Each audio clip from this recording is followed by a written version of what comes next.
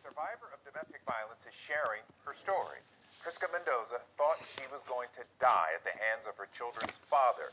Police are now looking for the guy who put her in the hospital. Janelle Bluter has her frightening yet incredible story of how she escaped.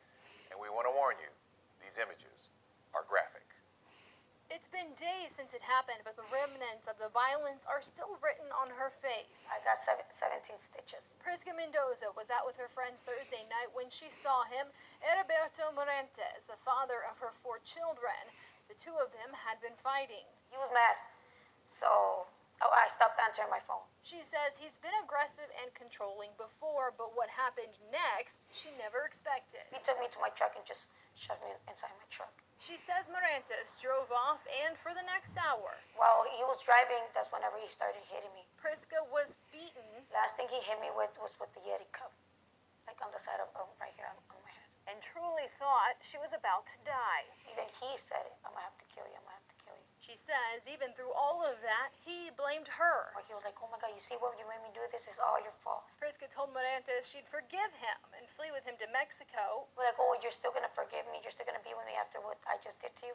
I'm like, yes, let's just go. Saying she eventually convinced him to pull over to get her something to drink.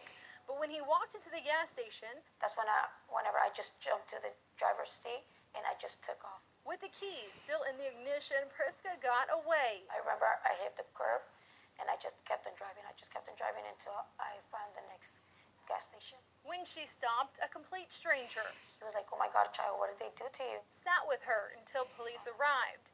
8 hours and 17 stitches later, she left the hospital. It's happened before. Court records show Morantes was even wearing an ankle monitor from the last time. One Prisca says he cut off after all this happened.